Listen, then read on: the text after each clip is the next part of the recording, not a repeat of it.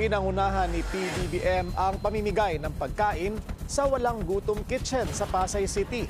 Ang programa, balak na ring palawigin ng DSWD. Yan ang agenda report ni Ivy Reyes.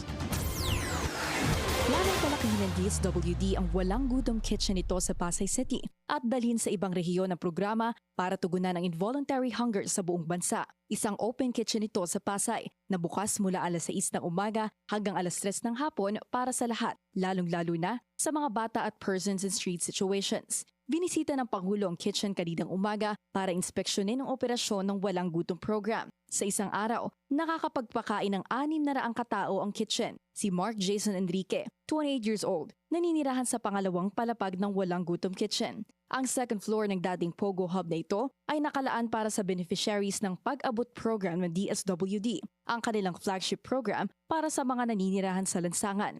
Proud po kami kasi dito po kami. Natulungan po kami ng DSWD.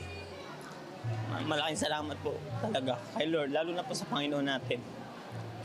Yan, masaya po kami. First time po namin papunta po dito kumain. Enjoy naman po kami, masaya naman po. Lalo na po kasama yung pamilya at maraming tao na nakakausap. Kahit na hindi mo kaano-ano, parang kapatid mo na rin, ganun.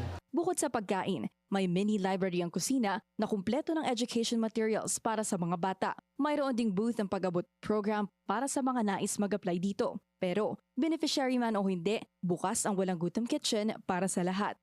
As of September 17, nasa 108,000 na ang napakain ng Walang Gutom Kitchen simula ng ilunsad ito noong December 2024. Samantala, binisita ng Pangulo ang mga nasudugan sa Happy Land, Tondo City, kung saan mahigit 2,000 pamilya ang apektado. Para sa agenda, Ivy Reyes, Billionaire News Channel.